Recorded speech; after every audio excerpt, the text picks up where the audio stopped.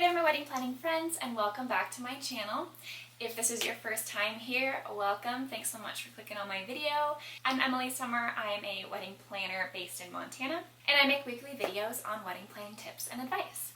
So today I wanted to talk about something that I get asked a lot as a wedding planner. It's kind of one of those uncomfortable topics surrounding wedding planning. You don't really know how to bring up or ask your wedding planner or other wedding vendors, and that is tipping. So today we're going to talk all about who you're supposed to tip, how much you're supposed to tip them, and when you're supposed to tip them.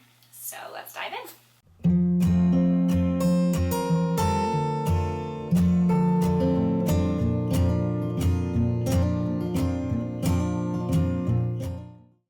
So before I get started, I just wanted to preface this by saying the information that I am basing this video off of is what's customary in the US and primarily Montana as well. So this is, what's normal for me in my area, but this is just the traditional way of tipping in the US for your wedding vendors.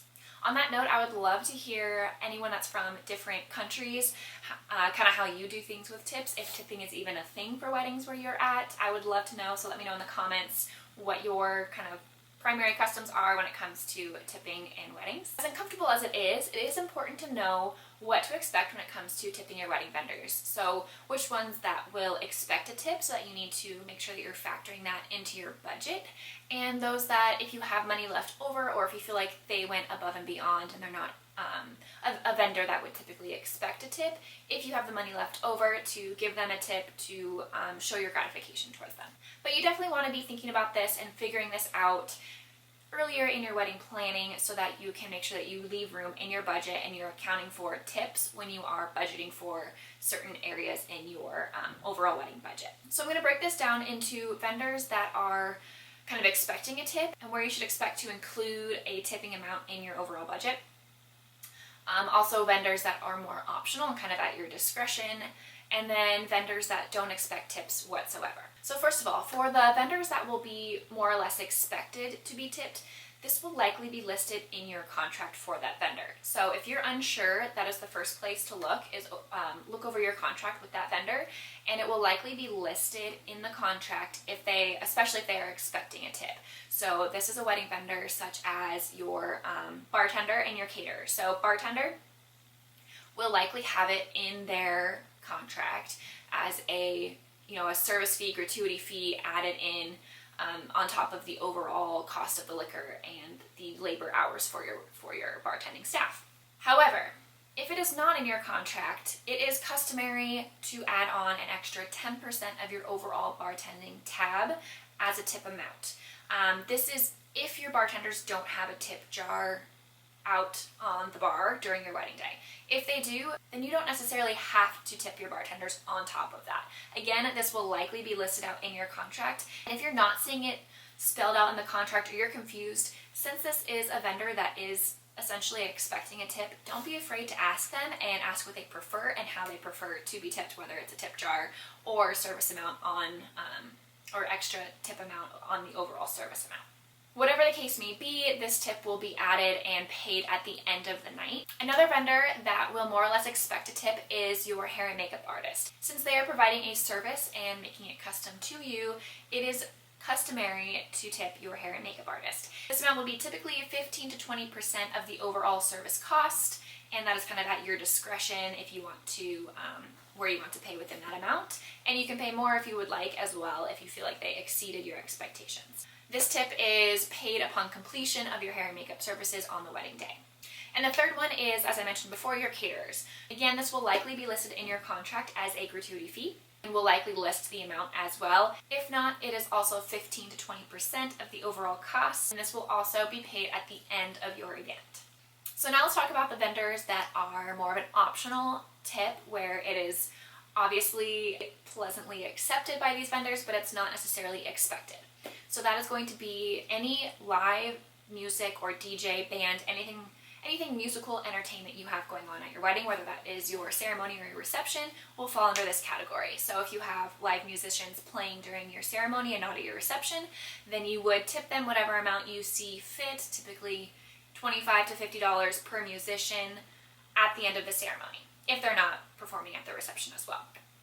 If you have a live band or DJ at the reception and you want to tip them, it is typically $50 to $150, upwards of $200 for the whole DJ or band, and this is paid at the end of the night. Keep in mind, if you are asking for extra hours from either your band or your DJ, that cost is not the tip. So if you are wanting to tip your DJ and you ask them to stay for an extra hour and it's whatever, $150 for that extra hour, that is different from your tip. So just keep that in mind. If it's your wedding day and you are planning on tipping them, don't use that money for your extra hour and expect them to expect that as a tip. The last one is if you have valet services at all at your wedding. Typically the guests will be tipping them throughout the night as well, so you definitely don't have to tip the valet service. However, if you choose to do so, it is typically customary to do $1 or $2 per car that they valeted that night. And again, this is due at the end of the night. So now, these following vendors do not expect a tip whatsoever. So that is your wedding planner. Yes, I never expect a tip. I would say I get a tip maybe 50% of the time.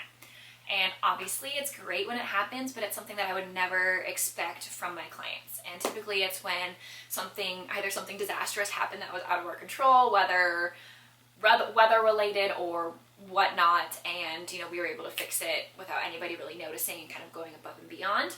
That sort of circumstance is a great place to offer a tip to your wedding planner. But again, it's not expected. If you do choose to tip your wedding planner, then it's typically about 15% of your overall bill is what's standard.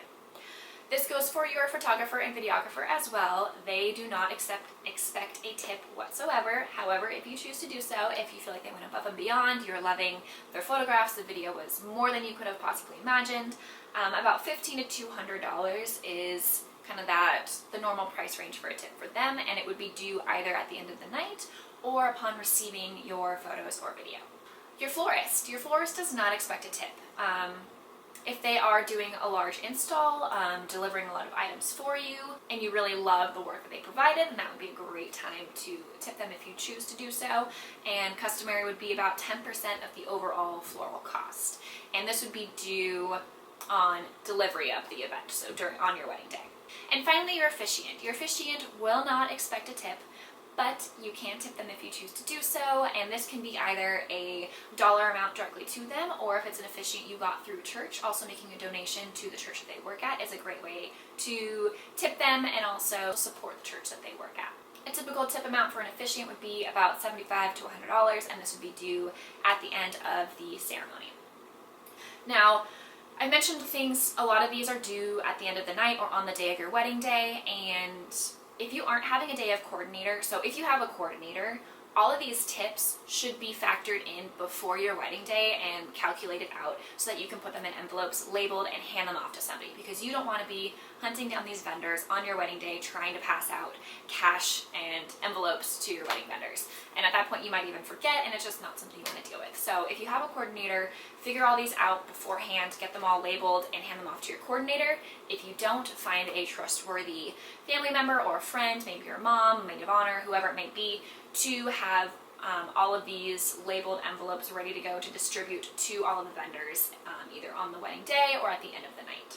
So there you have it. That's who you should expect to tip, who doesn't expect a tip, and who you can tip if you want to.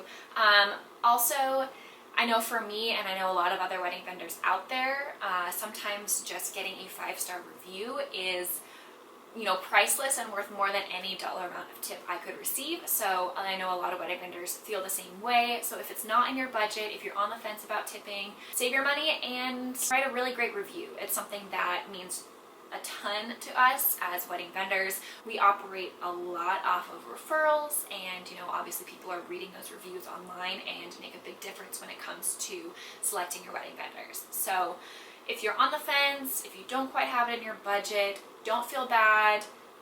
Reviews mean a ton to us. So keep that in mind when you're trying to budget and calculate out who to tip and who to not tip. Hopefully you found that video helpful. If you did, please like and subscribe to get weekly videos on wedding planning tips and